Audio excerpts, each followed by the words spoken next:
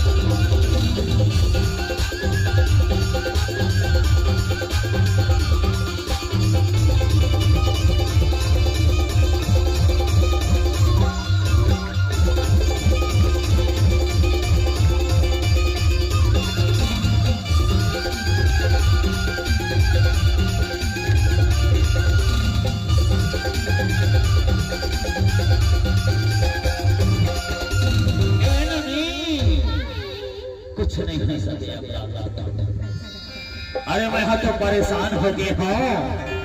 हम इसे रखे ना कि ये जन्म में तो माया के भूत करने वाला नहीं थे अप्रैल में एकदम फैसला करे हो कि मैं यहाँ बिहाव करा हूँ तो तोरे संग करा हो तो ऐसा कुंवारा रह जाओ अरे बाबा तू करे नाम से नहीं देवे तो माया के भूत कैसे करो का रास्ता है दोनों रास्ता है का जाके मैं बाबा करे हो ए तिरसाला जावा मैं घर में दोनों पर सालू कर दिया जलायो